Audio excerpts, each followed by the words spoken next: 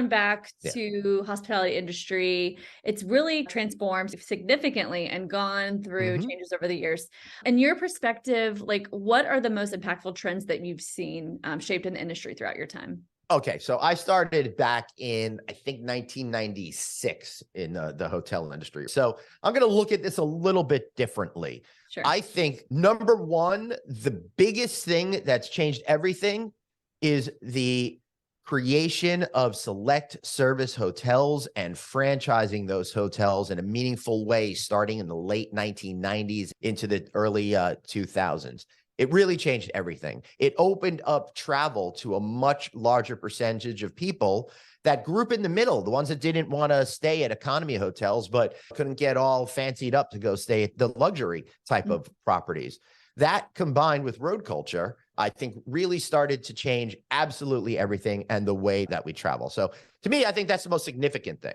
Number two most significant thing, I think, is the birth of the internet and the democratization of travel that came along with it. As people became more empowered to explore and learn, they were able to figure out traveling is awesome and have more of those dreams of travels. Plus, it opened up so much opportunity for the hotel companies from the times when they had their first nascent websites, which were like just brochures, to today, where you can really see a whole lifestyle created through some of these portholes now.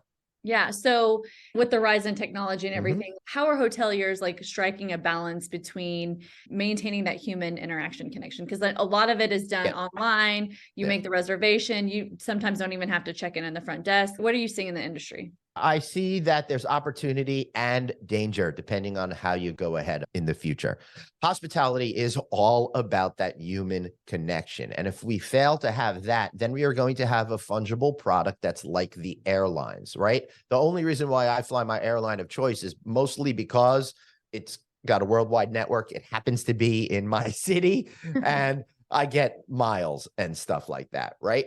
For hotels, sure, the loyalty programs are one thing, but you really need to keep that human touch in it to win people back time and time again.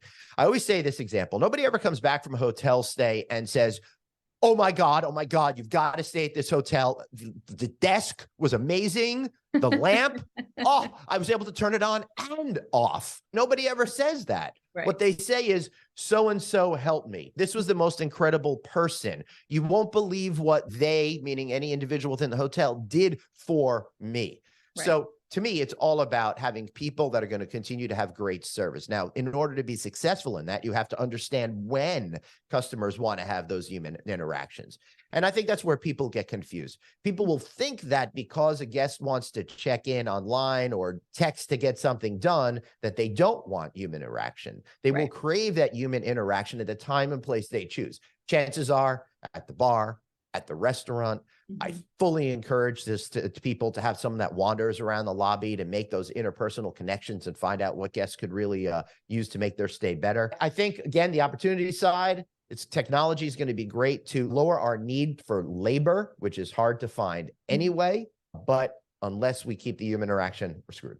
Yeah. And that's what I was going to touch on too. It was like how striking that balance between technology and the lack of labor in the hospitality industry. Right. Like we're having to move towards that because less and less people are wanting to do that. There's over 1 million jobs right now as we're recording this, Kat, available in the hospitality industry. That's back to where we were before the dark days of 20 and 21. But the fact of the matter is the marketplace has shifted and a lot of people aren't finding hospitality to be a great job, let alone even understand that it could be a vibrant and profitable career for their pocketbooks and their soul. So we're competing against all these other industries. Now, I'm in the road at events all the time, as those listening heard from what my September schedule is. And I'm talking to hotel owners, operators, and developers all the time. And I'm starting to ask the question of, you've had XYZ jobs open for so long. At what point do you just say this job is never going to get filled again and then rethink things? And that's where the technology aspect could come in. So we could use technology to eliminate some of those things that people don't like to do, is just a waste of human manpower that has nothing to do with those interpersonal interactions. So lots of opportunity going forward. There's new technologies coming out every day, and it's an exciting future with that. Yeah, definitely. So speaking of kind of technology, what are some of the effective technologies that you've been seeing on the road? I know that I went to a hotel conference recently and there's robots out there, but what is really helping the hotel industry? Things that remove friction from the customer process and from delivering service. No smack against robots. I think they are going to serve a great thing in the future, such as if I need towels, it'd be great to have a robot deliver that, right? But I think it's really about those technologies that make the guest's life easier. People can't stand waiting online. So the check-in thing is great for them, right? So that's just one example right there that I think we can do. If we could take out more friction from the booking process, if we could figure out how to create on the leisure side full packages of experiences that go along with everything, that's great. Just yesterday on No Vacancy Live, we interviewed Jennifer Barnwell. She's the president of Curator Hotel and Resort Collection. And they just included all these different experiences now on their websites in conjunction with the hotels. It's great to remove the friction in the sense that I'm going to a cool place. Oh, I didn't know that I could go and do this organic cooking lesson with a great chef here in Napa Valley, right? That sort of thing. Click, click, click. Now I've done it. So that removes the friction. On the owner and operator side, the technology is being great, such as how the texting service with the guests. That way, someone doesn't have to keep answering the phone. That's a real win on both sides. It doesn't really remove human interactions.